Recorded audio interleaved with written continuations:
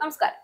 Middle ഈസ്റ്റിൽ ഇതിനകം തന്നെ കടുത്ത സംഘർഷാവസ്ഥ നിലനിൽക്കുന്നതിനിടെ US-ഇസ്രയേൽ സഖ്യവും ഇറാനും തമ്മിലുള്ള തർക്കം കൂടുതൽ വഷളാകുമെന്ന ആശങ്കകൾ ഉയർന്നു വരികയാണ്. ഇറാനെതിരെ ഇസ്രയേലിന്റെ സൈനിക നടപടികളും അതിന് പിന്തുണയുമായി അമേരിക്കയുടെ നിലപാടും മേഖലയിലെ സുരക്ഷാ സാഹചര്യം കൂടുതൽ സങ്കീർണമാക്കുകയാണ്. ഇതിനിടെയാണ് ചില അമേരിക്കൻ മാധ്യമങ്ങൾ പുറത്തുവിട്ട റിപ്പോർട്ടുകൾ പുതിയ ചർച്ചകൾക്ക് വഴിയൊരുക്കുന്നത്. ഈ റിപ്പോർട്ടുകൾ പ്രകാരം സാഹചര്യങ്ങൾ കൂടുതൽ രൂക്ഷമായാൽ റഷ്യ ഈ സംഘർഷത്തിൽ ഇടപെടാൻ സാധ്യതയുണ്ട് എന്നാണ് വിലയിരുത്തൽ. ഇറാന് പരോക്ഷമായ പിന്തുണ നൽകിയാണ് റഷ്യയുടെ ഇടപെടൽ എന്നാണ് റിപ്പോർട്ട്. യുദ്ധക്കപ്പലുകൾക്കും വിമാനങ്ങൾക്കും നേരെ ആക്രമണം നടത്താൻ തങ്ങളുടെ തന്ത്രപരമായ പങ്കാളിയായ ഇറാനെ സഹായിക്കുന്നതിനായി റഷ്യ ഇന്റലിജൻസ് വിവരങ്ങൾ നൽകുന്നുണ്ടെന്ന് വാഷിംഗ്ടൺ പോസ്റ്റ് റിപ്പോർട്ട് ചെയ്തു. റഷ്യയുടെ ഇറാനോടുള്ള പിന്തുണയുടെ വ്യാപ്തി പക്ഷേ ഇതുവരെ പൂർണ്ണമായി വ്യക്തമായിരുന്നില്ല. കഴിഞ്ഞയാഴ്ച US-ഉം ഇസ്രയേലും ഇറാനെതിരെ നടത്തിയ ആക്രമണങ്ങൾക്കു ശേഷം ഇറാനിയൻ സൈന്യത്തിന് US സേനയെ കണ്ടെത്താൻ സാധിക്കുന്നില്ല എന്ന് റിപ്പോർട്ടുകൾ വന്നിരുന്നു. ഞായറാഴ്ച കുവൈറ്റിൽ നടന്ന ഇറാനിയൻ ഡ്രോൺ ആക്രമണത്തിൽ 6 US സൈനികർ കൊല്ലപ്പെടുകയും 18 പേർക്ക് പരിക്കേൽക്കുകയും ചെയ്തു.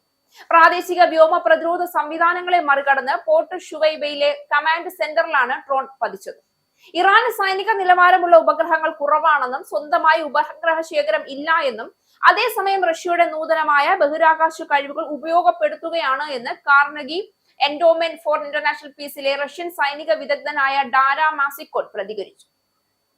ഇറാനെ എയർലി വാർണിംഗ് റഡാറുകളിലും ഓവർ ദ ഹൊറിസൺ റഡാറുകളിലും വളരെ കൃത്യമായ ആക്രമണങ്ങൾ നടത്താൻ സാധിക്കുന്നതായും ഡാര മാസിക്കോട്ട് കൂട്ടിച്ചേർത്തു. ഇതിനകം തന്നെ മിഡിൽ ഈസ്റ്റിലെ രാഷ്ട്രീയ സമവാക്യങ്ങളിൽ വലിയ സ്വാധീനം ചെലുത്തുന്ന ശക്തിയാണ് റഷ്യ. സിറിയയിലെ ആഭ്യന്തര യുദ്ധത്തിൽ റഷ്യ നേരിട്ട് ഇടപെട്ട അനുഭവവും അവിടുത്തെ സൈനിക സാന്നിധ്യവും ഈ മേഖലയിലെ ശക്തി സമത്വത്തിൽ പ്രധാന പങ്ക് വഹിക്കുന്നു. അതിനാൽ US-ഇസ്രയേൽ സഖ്യവും ഇറാനും തമ്മിലുള്ള സംഘർഷത്തിൽ റഷ്യയും സജീവമായി രംഗത്തെത്തിയാൽ അതൊരു പ്രാദേശിക യുദ്ധത്തെ മറികടന്ന് ആഗോള ശക്തികളുടെ അതിശക്തമായ ഏറ്റുമുട്ടലായി മാറാനുള്ള സാധ്യത ഉണ്ടെന്ന ആശങ്കയും വിദഗ്ധർ മുന്നോട്ട് വയ്ക്കുന്നു. ഇറാൻ വ്യോമ പ്രതിരോധം ഭേദിക്കുന്നുവെന്ന് ഹാർവാർഡ് കെന്നഡി സ്കൂളിലെ ബെൽഫർ സെന്ററിൽ നിന്നും ഇറാനും റഷ്യയും തമ്മിലുള്ള സഹകരണം പഠിക്കുന്ന നിക്കോൾ ഗ്രേജെവ്സ്കി പറഞ്ഞു. കഴിഞ്ഞ വർഷം ഇറാനും അമേരിക്കയും ഇസ്രയേലും തമ്മിൽ നടന്ന 12 ദിവസത്തെ യുദ്ധത്തെ അപേക്ഷിച്ച് ഇറാന്റെ ആക്രമണങ്ങൾ മെച്ചപ്പെട്ടിട്ടുണ്ടെന്നും അവർ കൂട്ടിച്ചേർത്തു.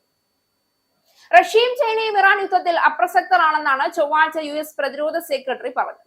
റഷ്യക്ക് ഇറാനുമായി ദീർഘകാലമായുള്ള നയതന്ത്ര വ്യാപാര സൈനിക ബന്ധങ്ങളുണ്ട്. കൂടാതെ ഇറാൻ ആണവായുധങ്ങൾ വികസിപ്പിക്കുന്നു എന്നതിന് യാതൊരു തെളിവും കണ്ടില്ല എന്ന് പറഞ്ഞ് US-ഉം ഇസ്രയേൽ ആക്രമണങ്ങളെ റഷ്യയും ചൈനയും ശക്തമായി വിമർശിക്കുകയും ചെയ്തു. സംഘർഷം അവസാനിപ്പിക്കണമെന്ന് ചൈന ആവശ്യപ്പെട്ടിട്ടുമുണ്ട്. ഈ സംഘർഷം റഷ്യക്ക് ഒരു അപ്രതീക്ഷിത മുന്നേറ്റമാണ്. അവരുടെ എണ്ണവാതക ഉൽപ്പന്നങ്ങൾക്കുള്ള ആവശ്യം ഗണ്യമായി വർദ്ധിക്കുകയും സമീപ വർഷങ്ങളിൽ യുക്രൈനെതിരെയുള്ള യുദ്ധവുമായി ബന്ധപ്പെട്ട ഉപരോധങ്ങളാൽ തകർന്ന കയറ്റുമതി വർദ്ധിക്കുകയും ചെയ്തു. റഷ്യ നേരിട്ടിടപെടുന്ന സാഹചര്യം ഉണ്ടായാൽ മിഡിൽ ഈസ്റ്റ് മേഖലയിൽ നിലവിലുള്ള സംഘർഷം കൂടുതൽ വ്യാപകമായ പ്രതിസന്ധിയിലേക്ക് നീങ്ങാൻ സാധ്യതയുണ്ട്. അതോടെ US, ഇസ്രയേൽ, ഇറാൻ, റഷ്യ എന്നീ ശക്തികളുടെ താൽപര്യങ്ങൾ നേരിട്ട് ഏറ്റുമുട്ടുന്ന അവസ്ഥ രൂപപ്പെടാം. അത്തരമൊരു സാഹചര്യം ആഗോള രാഷ്ട്രീയത്തിലും സാമ്പത്തിക രംഗത്തും വലിയ പ്രത്യാഘാതങ്ങൾ സൃഷ്ടിക്കുമെന്നാണ് നിരീക്ഷണം. എണ്ണവില മുതൽ അന്താരാഷ്ട്ര വ്യാപാരവും സുരക്ഷയും വരെ പല മേഖലകളിലും ഇതിന്റെ സ്വാധീനം പ്രതിഫലിക്കാം.